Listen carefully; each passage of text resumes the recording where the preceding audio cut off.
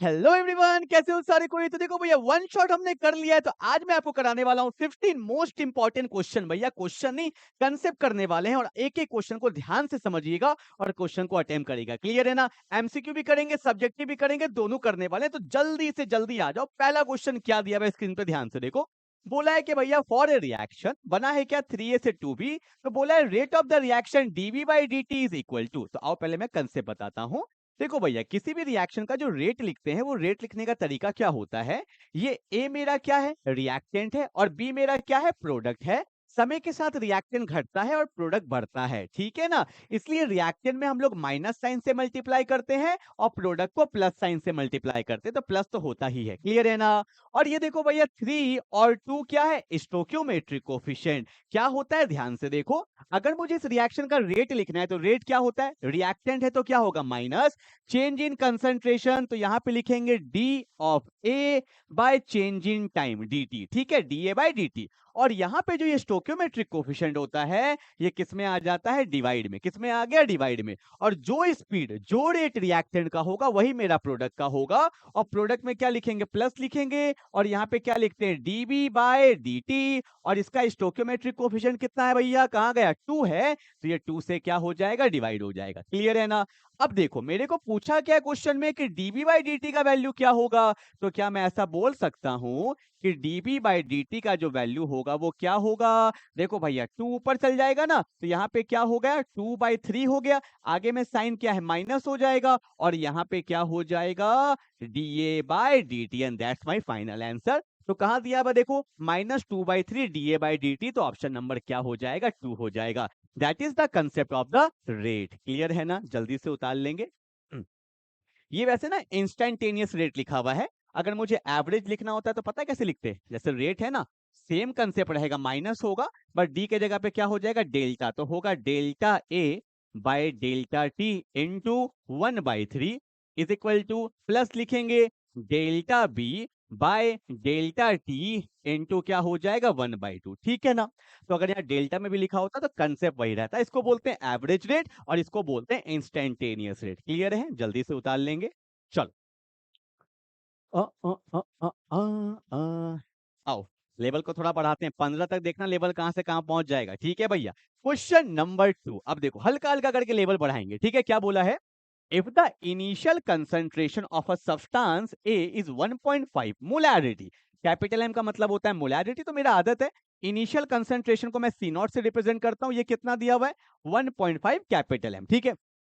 And after 120 second, time कितना दिया हुआ है भैया, 120 सेकेंड दिया, मतलब इनिशियल टाइम 0 था।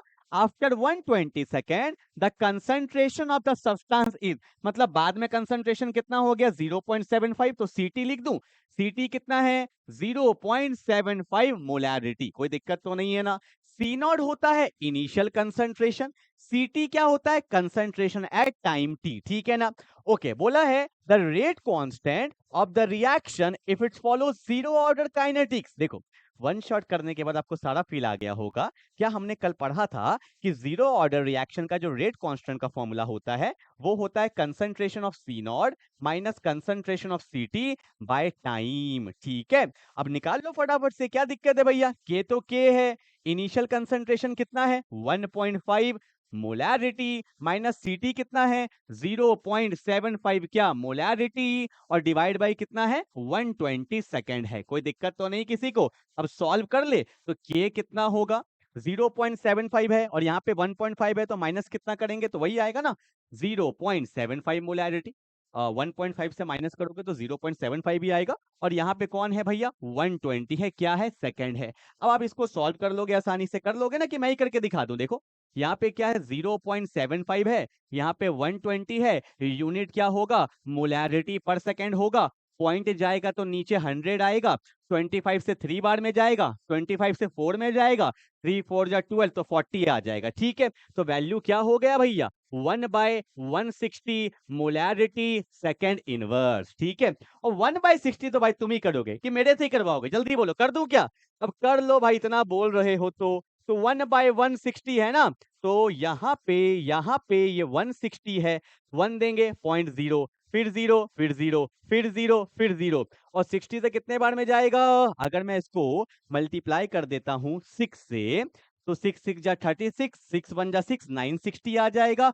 तो अराउंड अराउंड जो वैल्यू आएगा वो आएगा 0.006 molarity second inverse, and that's my final answer. ठीक है, तो भैया ये वाला बात हमें पता होना चाहिए कि रेट कांस्टेंट का फॉर्मूला क्या होता है for the zero order reaction, C not minus C T by T. Clear है? जल्दी उतारेंगे।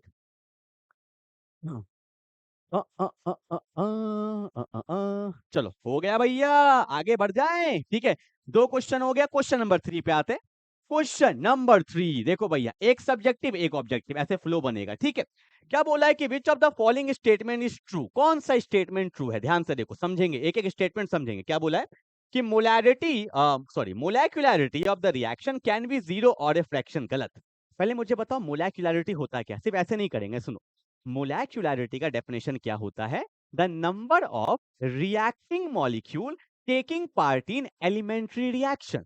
आप बोलोगे सर ये क्या बोल रहे हो? मैंने यहाँ पे एक वर्ड यूज किया, एलिमेंट्री रिएक्शन। ये क्या होता है? जो रिएक्शन सिंगल स्टेप में होता है उसको बोलते हैं एलिमेंट्री रिएक्शन, और जो रिएक्शन एक से ज्यादा स्टेप में होता है उसको बोलते हैं कॉम्प्लेक्स रिएक्शन। और मोलैक्युलैरिटी का कभी भी बात होता है तो वो एलिमेंट्री रिएक्शन में बात होता है, कॉम्प्लेक्स रिएक्शन में मोलैक्युलैरिटी का कोई भी रोल नहीं होता है। ठीक है, पहला बात। और मैंने क्या बोला? मोलैक्युलैरिटी का मतलब क्या होता है कि नंबर ऑफ रिएक्टिंग मॉलिक्यूल, कितने मॉलिक्यूल्स आपस में कोलाइड कर रहे हैं। जैसे देखो, मैंने बोला ए से बी बन रहा है, तो यहाँ पे एक ही मॉलिक्यूल है, तो मोलैक्युलैरिटी 1 हो जाएगा। मैंने लिखा ए प्लस बी से बन रहा है सी, तो कितने मॉलिक्यूल्स आपस में टकराएंगे? 2, तो इसका मोलैक्युलैरिटी कितना हो जाएगा? 2। ठीक है ना? अब यहाँ पे क्या बोला है कि molecularity of the reaction can be zero और फ्रैक्शन। क्या आपने सुना है जीरो मॉलिक्यूल टकरा रहा है? अबे मोलेकुलरिटी होने के लिए कुछ तो मॉलिक्यूल होना चाहिए ना, और मोलेकुलरिटी होने के मॉलिक्यूल्स हमारा इंटीजर होना चाहिए। जैसे एक मॉलिक्यूल, दो मॉलिक्यूल, तीन मॉलिक्यूल। क्या मैं बोलूंगा आधा मॉलिक्यूल टकरा रहा है? नहीं। तो molecularity can't be zero, can't be negative, can't be fractional. ठीक है ना? तो मोलेकुलरिटी ये जीरो नहीं हो सकता, फ्रैक्शन भी नहीं हो सकता। अगला, molecularity has no meaning for the complex reaction. बिल्कुल सही बात है, यही मैं बता रहा था कि मोलैक्युलरिटी का कॉम्प्लेक्स में कोई भी मतलब नहीं रह जाता। तो ऑप्शन नंबर क्या हो जाएगा? बी हो जाएगा। ठीक है, जल्दी से उतार लेंगे इसको। ये सब मोलैक्युलरिटी हमने कल वन शॉट में पूरा देखा था। ठीक है, चलो आगे बढ़े। ओके, एक दो स्टेटमेंट और देख लेते हैं कि molecularity of the reaction is an experimental quantity. ऐसा कुछ भी नहीं है। अगला, मोलैक्युलरिटी में क्या बोला है कि reaction with the molecularity 3 are very rare. बिल्कुल सही बात है भाई, यहां तक तो बिल्कुल सही है कि 3 से ज्यादा मॉलिक्यूल्स को आपस में कोलाइड करना वेरी डिफिकल्ट होता है। तो याद रखना, molecularity greater than 3 are very very rare. ठीक है, बट आर फास्ट नहीं, यही तो लाइन गलत हो गया। फास्ट थोड़ी होगा, जब टकराना आसान नहीं है तो रिएक्शन फास्ट कैसे हो जाएगा? ठीक है, तो ऑप्शन नंबर क्या हो जाएगा मेरा? बी हो जाएगा। चलो आगे बढ़ते हैं। अगला बोला है क्वेश्चन नंबर 4। क्या बोला है? 2024 का क्वेश्चन है। A first order reaction takes 40 minutes for the 75% decomposition, calculate the rate constant. देखो, एक चीज ना हमें पता होना चाहिए, जितना कंसेप्ट हमारा क्लियर होगा क्वेश्चन उतना ही फास्ट होगा। क्या हमने पढ़ा था क्या कि T75% जो होता है फर्स्ट ऑर्डर रिएक्शन के लिए, वो 2 × T½ होता है। ये डायरेक्टली आप सॉल्व कर सकते हो, ये पता होना चाहिए कि T75 जो होता है वो 2 × T½ होता है। और हमने क्या क्या पता है कि फर्स्ट ऑर्डर रिएक्शन के लिए जो T½ का फॉर्मूला होता है वो होता है 0.693/K, और K क्या होता है? Rate constant. यही तो हमें निकालना है, तो ये वैल्यू को यहाँ पे पुट करो। मैं बोल सकता हूँ कि T75% जो होगा वो होता है 2 × 0.693/K। कोई दिक्कत तो नहीं है। और T75 बोला है ना, the first order reaction takes 40 minutes for the 75% decomposition, तो इसका वैल्यू दिया हुआ है कितना? 40 minutes equal to 2 × 0.693/K। Clear है? और K ही तो हमें निकालना है, what is the rate constant. तो K को ऊपर भेजो, तो K का वैल्यू क्या हो जाएगा? 2 × 0.693/40। यूनिट लिखना है हमेशा, क्या होगा? मिनट। ठीक है, अब 2 से कितने बार में गया भैया? 20 बार में गया। तो आराम से समय लेते हुए इसको सॉल्व कर लेंगे, और मिनट ऊपर जाएगा तो मिनट इनवर्स आ जाएगा। आपको एग्जाम में सॉल्व करके लिखना है, मेरे तरह छोड़ मत देना, फिर नंबर कटेगा, मेरे को मत बोलना। इतना तो आराम से आप सॉल्व करोगे, और जो आंसर आएगा वही हमारा फाइनल आंसर है। क्लियर है? जल्दी उतारेंगे। चलो भैया, क्लियर है? ओके, मूव करते हैं। क्वेश्चन नंबर 5 क्या बोला है देखो भैया, the initial concentration of N2O5। एक बात हमें पता होना चाहिए, ये जो N2O5 का डिकम्पोजिशन होता है ना, ये फर्स्ट ऑर्डर रिएक्शन होता है, पर क्वेश्चन में गिवन ही है। वैसे देखो दिया हुआ है, the initial concentration of N2O5 in the following first order reaction was इतना वैल्यू। इनिशियल कंसंट्रेशन दिया मतलब सी नॉट का वैल्यू दिया है कितना, 1.24 इंटू 10⁻², मोल पर लीटर, मतलब मोलैरिटी दिया हुआ है, ठीक है, मोल पर लीटर को मोलैरिटी बोलते हैं, एट 318 केल्विन। ठीक है, आगे बढ़े। बोला है the concentration of N2O5 after 60 minute, time कितना दिया हुआ है भैया, 60 मिनट दिया हुआ है। और बोला है कि बाद में कंसंट्रेशन मतलब Ct कितना दिया है, 0.20 इंटू 10⁻², मोल पर लीटर। ठीक है, कैलकुलेट द रेट कांस्टेंट। देखो ये फर्स्ट ऑर्डर है, वो जीरो ऑर्डर था, और फर्स्ट ऑर्डर के लिए फॉर्मूला हमें पता है कि K क्या होता है, 2.303 by T log of initial concentration by concentration at time T. ठीक है, सॉल्व कर लेना, रेट कांस्टेंट ही तो निकालना है। तो K क्या हो जाएगा, 2.303 बाई टी, टाइम कितना दिया, टाइम टाइम टाइम 60 यूनिट के साथ लिखेंगे, और लॉग ऑफ सी नॉट कितना है भैया, 1.24 इंटू 10⁻², डिवाइडेड बाय कितना, 0.20 इंटू 10⁻²। ठीक है ना, क्लियर है। अब देखो 10⁻², 10⁻² कट जाएगा, ये पॉइंट से ये पॉइंट भी कट जाएगा, तो अप्रोक्सीमेटली, क्योंकि लॉग का वैल्यू हमेशा क्वेश्चन में गिवन होगा हमेशा, और नहीं भी गिवन होगा तो कुछ वैल्यू मैं बता देता हूं, आपको पता होना चाहिए क्या क्या। जैसे log 1 का वैल्यू होता है 0, ठीक है, log 2 का वैल्यू होता है 0.30, ठीक है, log 3 का वैल्यू होता है 0.47, ठीक है, उसके बाद log 4 का वैल्यू होता है 0.60, ठीक है, उसके बाद log 5 का वैल्यू होता है 0.69, ठीक है, उसके बाद log 8 का वैल्यू, जो जो काम आता है हमें वो सब देखना है, वो होता है 0.90, ठीक है, उसके बाद log 10 का वैल्यू क्या होता है 1। ये log का वैल्यू कुछ पता होना चाहिए। अगला क्या पता होना चाहिए, ये हमें पता होता है कि log ऑफ a की पावर b, ठीक है, इसको हम लोग लिख सकते हैं b इंटू लॉग, ये पावर आगे आ जाता है। लाइक मुझे अगर लिखना है log 4 तो लिख सकता हूँ 2 का स्क्वायर, तो इसको हम लोग ऐसा लिख सकते हैं 2 इंटू log 2, और log 2 का वैल्यू कितना होता है 0.30, बोलिए हाँ या ना, तो वैल्यू क्या हो गया 0.60। देखो मैंने वही लिखा है, log 4 का वैल्यू 0.60। ठीक है, तो इस तरह से आप सॉल्व कर सकते हो। और एक पता होना चाहिए क्या, कि log a इंटू बी को हम लोग लिख सकते हैं log a plus log b, ये log का प्रॉपर्टी होता है, पता होगा तो क्वेश्चन कर पाओगे। या मैं बोलूं log a बाई b क्या होता है, तो ये होता है log a minus log b। कोई दिक्कत तो नहीं है, इतना हटा दूं क्या, ठीक है, कोई दिक्कत तो नहीं, यहाँ तक ये अच्छे से उतार लेंगे, पता होना चाहिए। वैसे log का वैल्यू क्वेश्चन में गिवन होता, अगर नहीं दिया तो क्या कर लेंगे भैया, ठीक है। चलो अब देखो, देखो यहाँ पे अगर इसको हम लोग डिवाइड करते हैं तो 26 जा मतलब ऐसे तो 120 आएगा, अप्रोक्सीमेटली क्या आएगा भैया, यहाँ पे 6 का वैल्यू आएगा, तो k क्या हो जाएगा 2.303 बाई 60। और हमें पता है कि log 6 का वैल्यू तो हमें पता नहीं है भैया, log 5 का वैल्यू मैंने बताया था, किसका वैल्यू बताया था, log 5 का वैल्यू बताया था 0.69। अब log 6 का वैल्यू तो मुझे भी नहीं पता, तो क्या मैं अप्रोक्सीमेटली मान लेता हूं, अगर log 5 का वैल्यू 0.70 है अप्रोक्सीमेटली, है ना, तो log 6 का 0 पॉइंट कितना मान लेते हैं, 75 मान लो, या 0.80 मान लो, ठीक है, वैसे क्वेश्चन में गिवन होगा तो मान लेते हैं 0.80 के आसपास होगा, ठीक है। अब जब इसको सॉल्व कर लोगे, यूनिट क्या है, ऊपर जाएगा तो क्या हो जाएगा, मिनट इनवर्स हो जाएगा। अब तुम देख लो भैया, इसको डिवाइड कर लेना, नीचे जाएगा तो 100 आएगा, ये जीरो से ये जीरो गया, 2 से 4 बार में जाएगा, 2 से 5 बार में जाएगा, 4 से 15 बार में जाएगा, ठीक है। अब 2.303 डिवाइडेड बाय 15, 5 जा कितना होता है 75, डिवाइड करोगे तो जो आंसर आएगा वो हमारा फाइनल आंसर है, और यूनिट क्या होगा, मिनट इनवर्स, ठीक है। लॉग का वैल्यू हमेशा गिवन होगा, ये हमें याद करने का जरूरत नहीं है, फिर भी जो वैल्यू मैंने बोला है उसको अच्छे से कर लीजिएगा। यहाँ पे मैंने अप्रोक्सीमेशन मान लिया है क्या, कि जो log 6 का वैल्यू मैंने लिया है वो अप्रोक्सीमेटली कितने के आसपास लिया है, 0.80 के आसपास लिया है, ठीक है, अप्रोक्सीमेशन में है, this is not the exact data, approximation में मैंने माना है, ठीक है। चलो बस ये फॉर्मूला पता होना चाहिए कि k का फॉर्मूला क्या होता है, 2.303 by T log of C not by C T. जल्दी उतार लो फटाफट से। चलो भैया 5 क्वेश्चन हो गया, आगे बढ़ते हैं। क्वेश्चन नंबर 6 देखो, अच्छा क्वेश्चन है ये वाला। इसमें 3 क्वेश्चन, ये क्वेश्चन भी बोर्ड में आया हुआ है, देखो ए बी सी करके दिया हुआ है। ऐसे क्वेश्चन एग्जाम में आते हैं, सब्जेक्टिव भी है और न्यूमेरिकल्स भी है। क्या बोला है कि अ first order reaction is completed 50% completed in 45 minute. देखो अच्छा क्वेश्चन है, देखो देखो अर्हेनियस का क्वेश्चन है। क्या बोला है कि एक फर्स्ट ऑर्डर रिएक्शन है 50% कंप्लीट हो रहा है। 50% मतलब होता है T half, half life period. ठीक है, टी हाफ कब हो रहा है? 45 मिनट्स में हो रहा है। कब भैया? जब इसका टेम्परेचर कितना था? 300 केल्विन। ठीक है, एंड 15 मिनट बोला है कि टी हाफ का ही बात हो रहा है ना। कब? 15 मिनट लग रहा है। कब? जब इसका टेम्परेचर कितना है? 330 केल्विन। और ये बात हमें पता है कि टेम्परेचर बढ़ता है तो रिएक्शन का स्पीड भी बढ़ जाता है। ठीक है ना? ओके, इतना डेटा दिया है। बोला है कैलकुलेट द एक्टिवेशन एनर्जी, ईए निकालना है।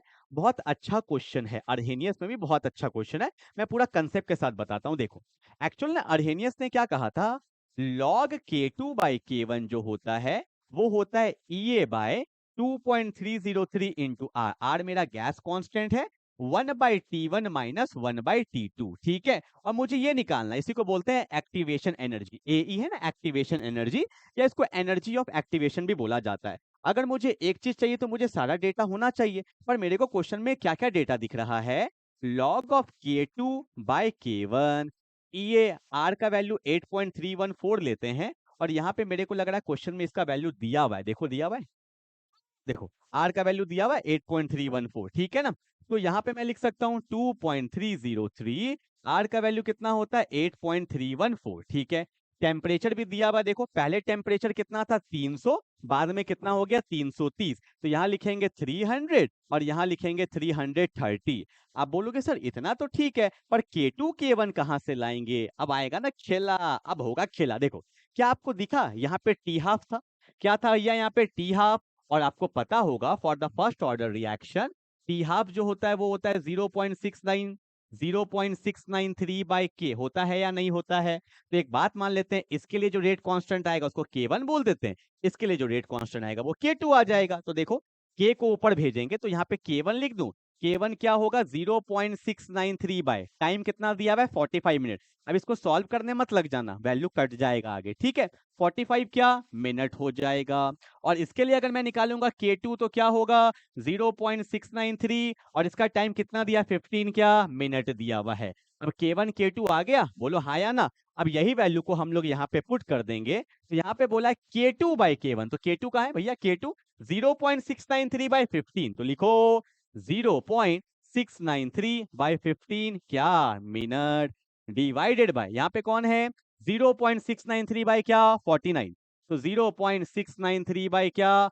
45 क्या मिनट, है ना? मिनट से मिनट गया, 0.693 से 0.693 गया, 15 से कितने बार में गया? 14। ये ऊपर चल जाएगा, तो वैल्यू यहाँ पे क्या आ गया? log 3। और log 3 का वैल्यू क्या होता है? 0.47। ठीक है, तो देखो ना, इसको ना, इस पूरे को मैं एक बार साइड कर देता हूँ, सो दैट कि आप आराम से यहाँ पे समझ जाओगे। ठीक है, ये समझ में आ गया ना? K2 बाई K1 की देखो 0.693 बाई 15, 0.693 बाई 45, इससे ये कटा, मिनट से मिनट गया, 15 से 3 बार में गया, और जब डिवाइड करते हैं तो 3 ऊपर चल जाएगा। तो यहाँ पे आ गया log 3 is equal to EA by 2.303 into 8.314। और जब इसका हम लोग एलसीएम लेंगे तो 300 इंटू 330, तो 300 से 300 गया तो 330 माइनस 300। ठीक है, चलो भैया ये निकालना है ना, तो सब वैल्यू को ऊपर भेज देंगे। log 3 का वैल्यू कितना होता है? 0.47। ये ऊपर चल जाएगा, 2.303 इंटू 8.314। जब तुम इसको मल्टीप्लाई करोगे ना तो 19.15 के अराउंड वैल्यू आता है। ठीक है, फिर भी अभी कर लेंगे। ये ऊपर जाएगा 300 इंटू 330 डिवाइड बाय क्या? 30। और एक्टिवेशन एनर्जी का यूनिट होता है वो होता है जूल पर मोल, इसमें आ जाएगा। ठीक है, अब भैया ये सॉल्व आपको ही करना होगा। ठीक है, हल्का मैं दिखा देता हूँ। ये जीरो से ये जीरो गया, 3 से कितने बार में गया? 10 बार में। अब शांति से बैठ के मल्टीप्लाई कर लेंगे, जो आप सॉल्व करोगे जो वैल्यू आएगा दैट्स माय फाइनल आंसर। ठीक है, जल्दी उतार लो फटाफट। कंसेप्ट देख लिया हमने, न्यूमेरिकल्स तो आप आराम से एग्जाम में सॉल्व कर लोगे, आराम से कर लेना। ठीक है, चलो यहाँ पे K2 K1 निकालने का अच्छा कंसेप्ट था, ठीक है ना। K2 K1 ये यहाँ पे दिया हुआ था, T हाफ होता है 0.693/K, तो हमने K1 K2 अच्छे से निकाल लिया, ठीक है। चलो अच्छा और भी तो है, अरे वाह अभी छूट जाता, अभी हो जाता अकेला। देखो क्वेश्चन क्या बोला है कि write the two condition for collision to be effective collision. अच्छा क्वेश्चन आया, देखो ना। पहला पहला क्या, कोलिजन होने के लिए there should be proper orientation, there should be proper orientation of the molecules, ठीक है।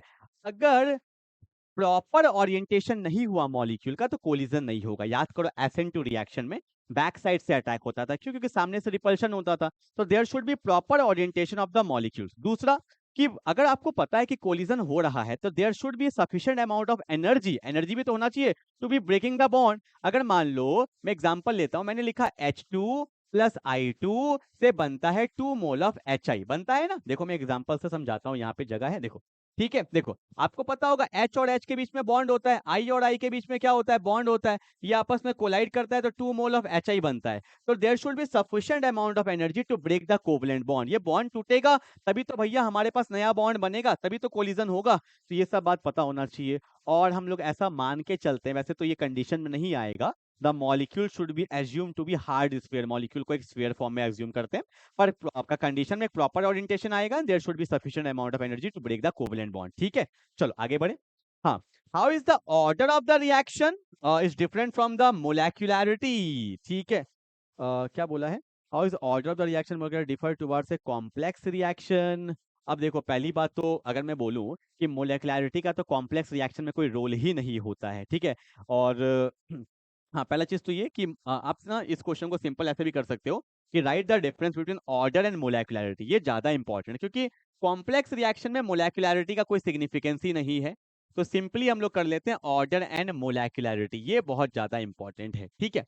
तो देखो ध्यान से, पहला ऑर्डर क्या होता है उसके लिए आपको रेट लॉ पता होना चाहिए। पढ़ाया था कल वन शॉट में, पूरा पढ़ाया था। रेट लॉ क्या होता है फिर से बता देता हूं। देखो मान लो यहाँ पे A से A है, B से B है और बनता है C से C, ठीक है। ये A और B रिएक्टेंट है, C प्रोडक्ट है, small a small b small c stoichiometric coefficient है। तो रेट लिखने का तरीका ही क्या होता है, रेट लॉ। और रेट क्या होता है, rate constant, concentration of A concentration of B, reactant पे ही डिपेंड करता है। और यहाँ पे पावर आता है एक्स और वाई, ए और बी नहीं होगा, एक्स और वाई। ये एक्सपेरिमेंटल वैल्यू होता है, इसी को बोलते हैं ऑर्डर। अगर मैं बोलूं what is the order of the reaction, तो ऑर्डर जो होता है वो बेसिकली होता है सम ऑफ द पावर। ये मैंने आपको फिर से थोड़ा सा समझा दिया, ठीक है। तो डेफिनेशन क्या होता है बोलो जल्दी से, व्हाट इज ऑर्डर, तो बोलेंगे order is defined as the sum of the power of the concentration of the reactant. Concentration of reactant पे जो पावर होता है उसका सम कर दोगे, उसी को बोलते हैं ऑर्डर। फिर से बोल रहा हूं, order is defined as the sum of the power of the concentration of the reactant in the rate law expression. ये जो एक्सप्रेशन है इसको रेट लॉ बोलते हैं। In the rate law expression is said to be order of the reaction. Clear है। दूसरा, क्योंकि ये एक्सपेरिमेंटल वैल्यू है तो order can be zero, order can be negative, order can be fractional, order can B integer, ठीक है, कुछ भी हो सकता है। तीसरा लिखेंगे क्या, it is experimentally, it is experimentally calculated. इसको हम लोग एक्सपेरिमेंटली कैलकुलेट करते हैं, इसलिए कुछ भी वैल्यू आ सकता है, ठीक है। 3 पॉइंट मैंने आपको बता दिया। अब मोलेक्युलैरिटी क्या होता है, पहला पॉइंट तो मैंने आपको बताया था, the number of reacting molecule taking part in elementary reaction is said to be molecularity of the reaction. दूसरा, molecularity can't be zero, negative और फ्रैक्शनल। और तीसरा पॉइंट यहाँ पे लिख सकते हो, it is a theoretically concept या थियोरेटिकल कंसेप्ट। ये एक थियोरेटिकल कंसेप्ट है मेरा, ठीक है। ये 3 पॉइंट आपको पता होना चाहिए। और एक बात बता देता हूं क्या, कि molecularity has no significance for the complex reaction. फिर molecularity greater than 3 is rare, 3 से ज्यादा मोलेक्युलैरिटी बहुत ही रेयर होता है। ऐसा नहीं हो सकता, बहुत रेयर होता है, ठीक है। चलो आगे बढ़ते हैं फटाफट से, अगले क्वेश्चंस की तरफ बढ़ेंगे। हाँ देखो क्या बोला है, A reaction is in first order in A and second order is in B. बोला है how is the rate affected on increasing the concentration of B 3 times। ये क्वेश्चन मैं बार बार ले रहा हूं क्योंकि यहाँ पे कंसेप्ट छुपा है, वही आपका रेट लॉ का ही कंसेप्ट आता है। बोला है कि रिएक्शन है first order in A and second order in B. याद है ऑर्डर वो पावर, तो अब लिखेंगे, मैं इसको ऐसा भी दिखा सकता हूँ, क्योंकि ए और बी पे बात हुआ है तो मतलब ए और बी रिएक्टेंट है, सी मेरा क्या है, प्रोडक्ट है। अगर मैं इसका रेट लॉ लिखूंगा तो रेट लॉ होता है के कंसेंट्रेशन ऑफ ए का ऑर्डर क्या है 1 और बी का ऑर्डर क्या है सेकंड ऑर्डर है ना, एंड सेकंड ऑर्डर, तो ये मेरा हो गया rate law. This is my rate law. इतना बात तो क्लियर है। अब आते हैं क्वेश्चन में, क्या बोला है, how is the rate affected on increasing the concentration of B 3 time. ये मैंने कल वन शॉट में भी ये क्वेश्चन लिया था। देखो पहला क्वेश्चन बोला है कंसंट्रेशन ऑफ बी को 3 टाइम्स कर दिया, रेट बढ़ जाएगा, क्यों, क्योंकि रिएक्टेंट में चेंज आता है तो रेट बढ़ जाता है। तो जो नया रेट होगा वो होगा रेट डैश के कंसंट्रेशन ऑफ ए की पावर 1 और बी पे क्या हो जाएगा 3b, 3 टाइम्स हो गया 3b का स्क्वायर, और 3 का स्क्वायर क्या होता है 9, तो मैंने 9 को आगे लिख दिया इनटू के ए की पावर 1 और बी का स्क्वायर। इतना बात क्लियर है। क्या ये वैल्यू कहीं देखा देखा सा लग रहा है, के ए बी स्क्वायर, के ए बी स्क्वायर, ये मेरा पुराना वाला रेट है, बोलो हाँ या ना।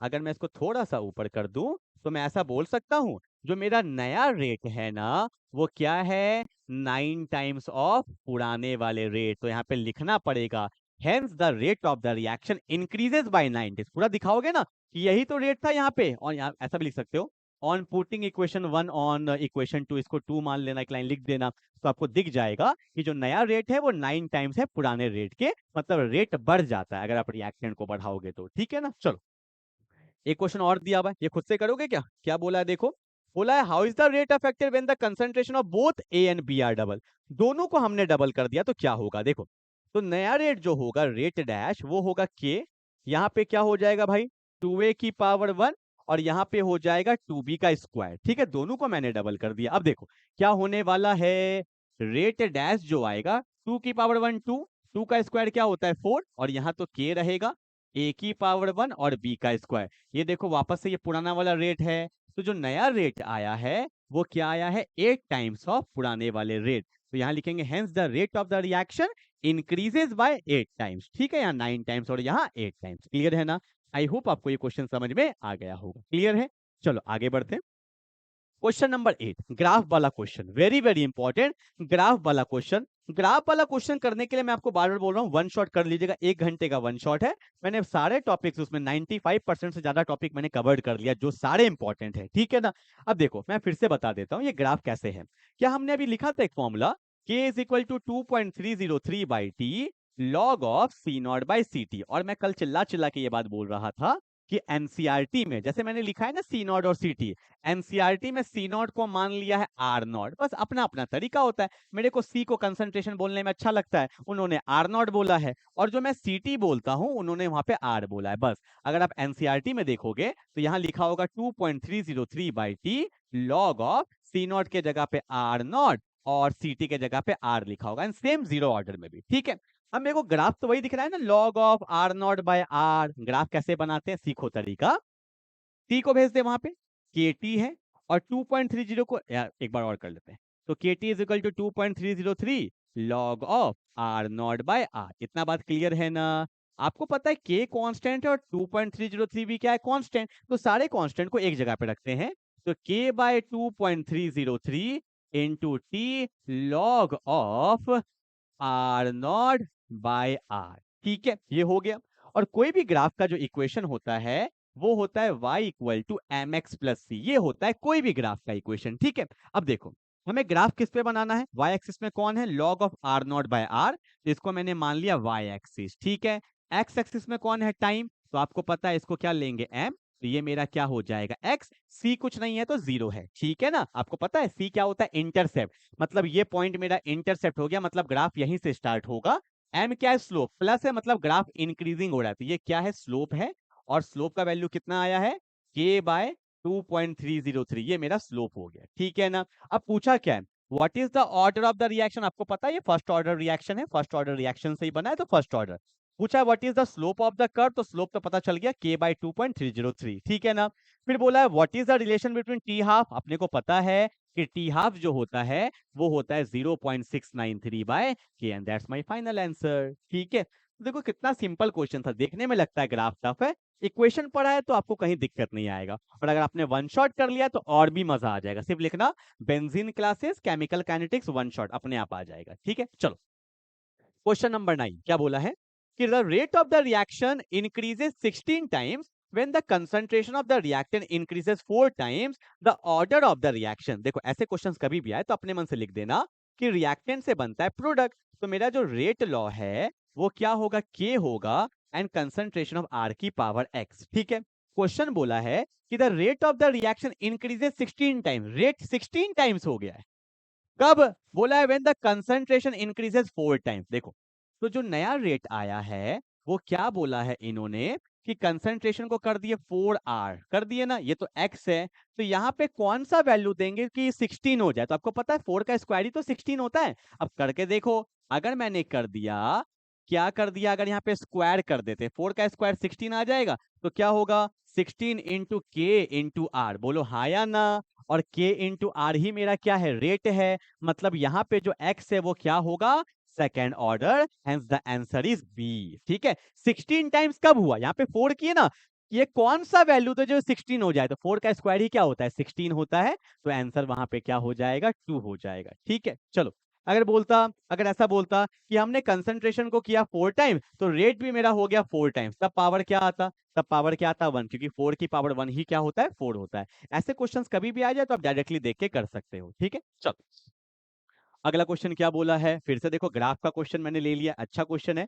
बोला है for a zero order reaction the slope of the plot of R versus time. पहले याद करो, आज ही मैंने फॉर्मूला लिखा है, के इज इक्वल टू क्या होता है, C not minus C T by T. ठीक है, और ये मैं बार बार बोलता हूँ, कल भी मैंने बोला था, मैं सी नॉट लिखता हूँ, बुक में आर नॉट है, सी टी के जगह पे क्या है, आर है बाई टी है ना।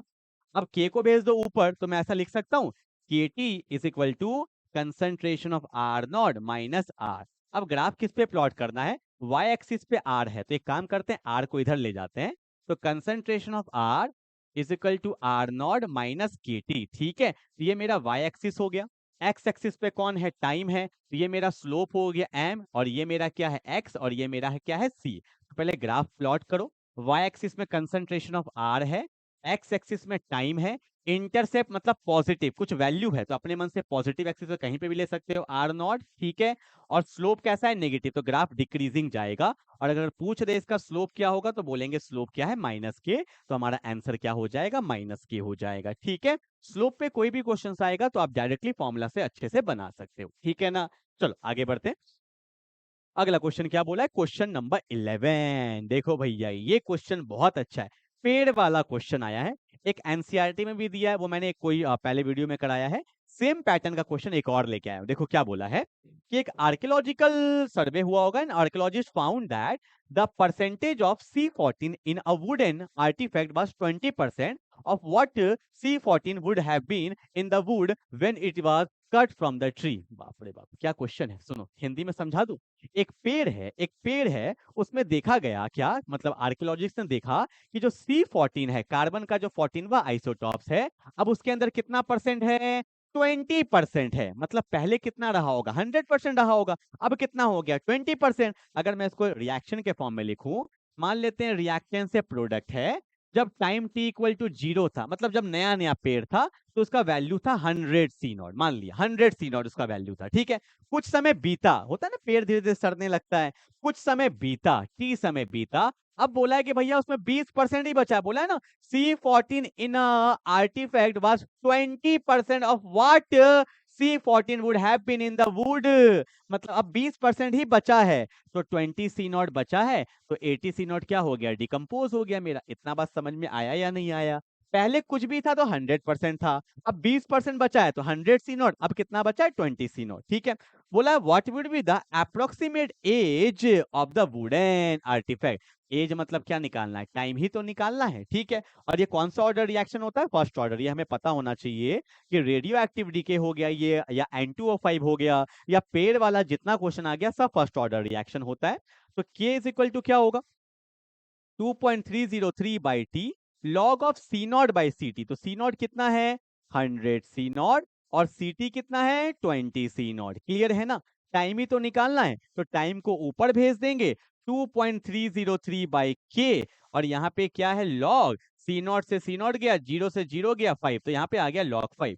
और आप बोलोगे सर के का वैल्यू तो गिवन नहीं है, छुपा के दिया हुआ है, देखो ना, the half life of the C14 is 5730। आपको पता है कि टी हाफ जो होता है वो होता है 0.693 बाई के, तो के क्या हो जाएगा 0.693 बाई टी हाफ, और टी हाफ कितना दिया हुआ है 5730 ईयर, तो क्या इस वैल्यू को यहाँ पे लिख दूं, तो टी क्या हो जाएगा 2.303 बाई के कितना है 0.693, और ऊपर जाएगा तो क्या होगा 5730 ईयर्स, और log 5 का वैल्यू कितना होता है 0.69 होता है।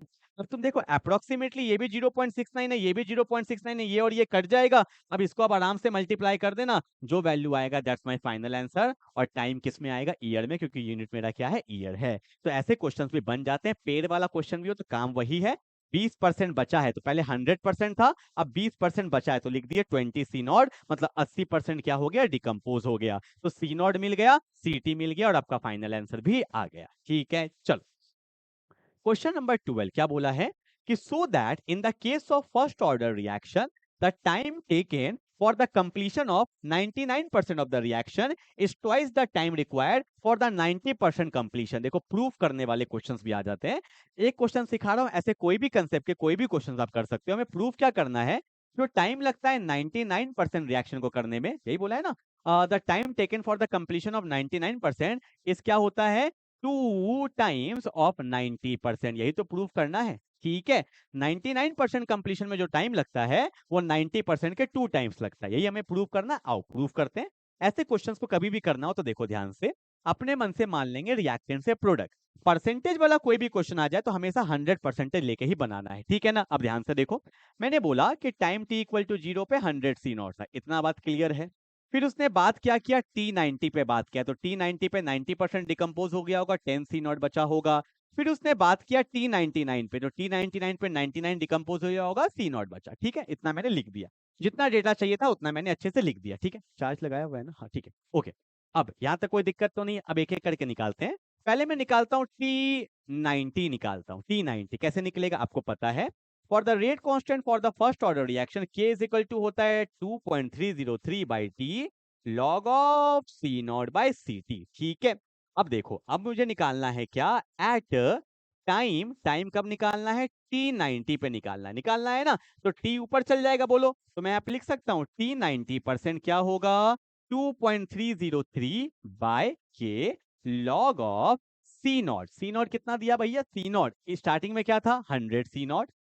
ठीक है, और बात करना है कब का 90 पे, 90 पे अब फाइनल सीटी कितना है 10 सी नॉट, तो सी नॉट से सी नॉट गया, जीरो से जीरो गया, लॉग 10 का वैल्यू 1 होता है, तो T90% जो आया है वो आया है 2.303 बाई के, और लॉग 10 का वैल्यू तो 1 ही होता है। इसको मान लिया मैंने इक्वेशन नंबर 1, कोई दिक्कत तो नहीं है। ठीक है ओके, अब हम लोग बात करने वाले हैं किस पे, इसको हटा ही देते हैं। अब देखो, अब अब अब क्या होगा at T is equal to T99%, अब 99 पे बात करते हैं। ठीक है, क्या हुआ, हाँ उठा लीजिए ना। ओके, अब देखो यहाँ पे क्या दिया हुआ है, k is equal to 2.303 by T. ठीक है, log of C not by C T होता है। अब मुझे T99 निकालना है, तो T99 ऊपर चल जाएगा ना, तो T99% क्या होगा 2.303 by K log of C not. C naught क्या है 100 सी नॉट। अब 99 पे सी कितना है सी नॉट है ना, तो लिखोगे ना सी नॉट से सी नॉट गया। 90 का बात था तो 90 पे क्या था 10 सी नॉट, 99 पे कितना है सी नॉट। अब देखो यहाँ पे क्या है T99% equal to 2.303 by K log 100 को लिख सकते हैं 10 की स्क्वायर, कोई दिक्कत तो नहीं है ना। और क्या मैंने आपको बताया था लॉग ऑफ ए की पावर बी क्या होता है, आगे लिख देते हैं पावर को, तो T99 है, इस पावर को मैंने कहा लिख दिया आगे, तो ऐसा लिख सकता हूँ 2 इंटू 2.303 बाई के, और यहाँ पे क्या है log 10, और log 10 का वैल्यू तो 1 ही आता है, तो T99। अब ध्यान से देखो, यहाँ पे एक लाइन लिख देना, log 10 का 1 है, ये देखो 2.303 बाई के, 2.303 बाई के, ये T90 ही होता है, तो मैं यहाँ पे लिख सकता हूँ 2 इंटू T90, और यही हमें प्रूव करना था, and that's my final answer. ठीक है, इसको इंडिविजुअली कर लिया, फिर उसके बाद ये सॉल्व किया, तो आपको दिख रहा होगा T99 क्या होता है 2 इंटू T90, क्योंकि 2.303 के कोई क्या बोलते हैं T90 बोलते हैं, log 10 तो 1 ही होता है ना। ठीक है, तो ऐसे करके आपको दिखाना होगा, बस यहाँ पे एक लाइन लिख देना कि on putting equation 1 on this, तो आप क्या ये वैल्यू मिल जाएगा। ठीक है, ऐसे प्रूफ का कोई भी प्रूफ आ जाए, एक हमने लिखा था एक बार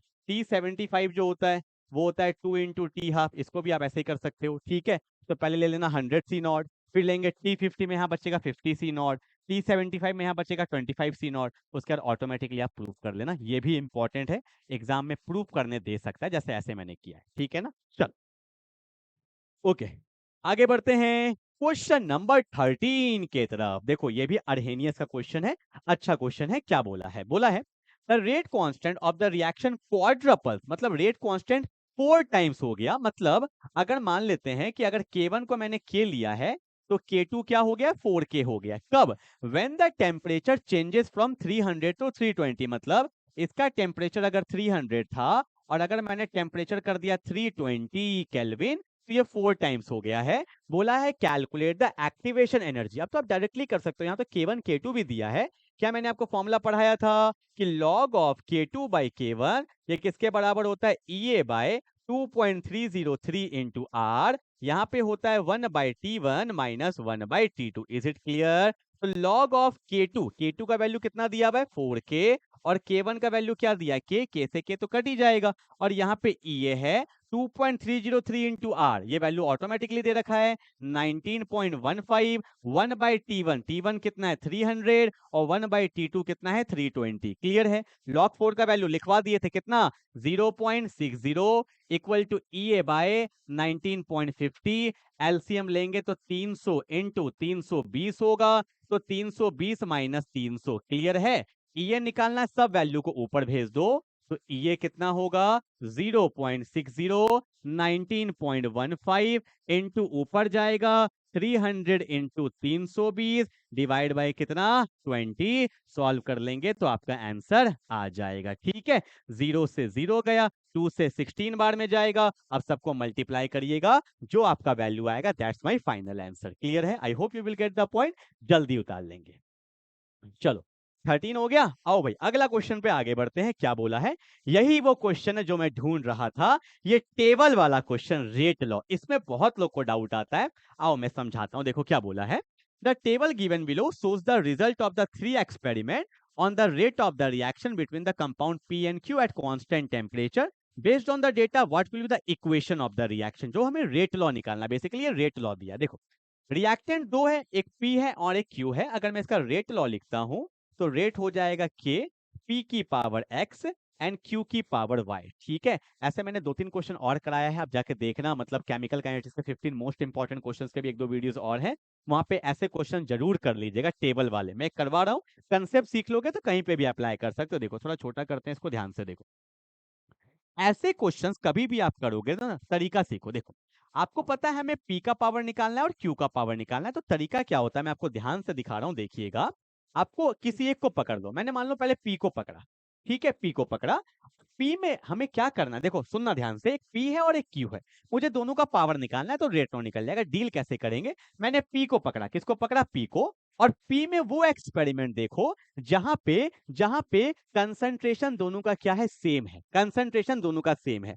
मैंने देखा एक्सपेरिमेंट 2 और 3 में दोनों का कंसंट्रेशन क्या है, सेम है। और आपको पता है जब कंसंट्रेशन में चेंज ही नहीं आया तो रेट में भी कोई चेंज नहीं आएगा, क्योंकि कंसंट्रेशन बढ़ाते हैं तो रेट बढ़ता है, कंसंट्रेशन घटाते हैं तो रेट घटता है। तो आपने क्या देखा, जब मैं एक्सपेरिमेंट 2 और 3 का बात कर रहा हूं तो इसका कंसंट्रेशन में कोई भी चेंज नहीं आया है। पर तुम अगर Q में देखोगे तो कंसंट्रेशन पहले से क्या हो गया, आधा हो गया। क्या हो गया, आधा हो गया। क्लियर है ना?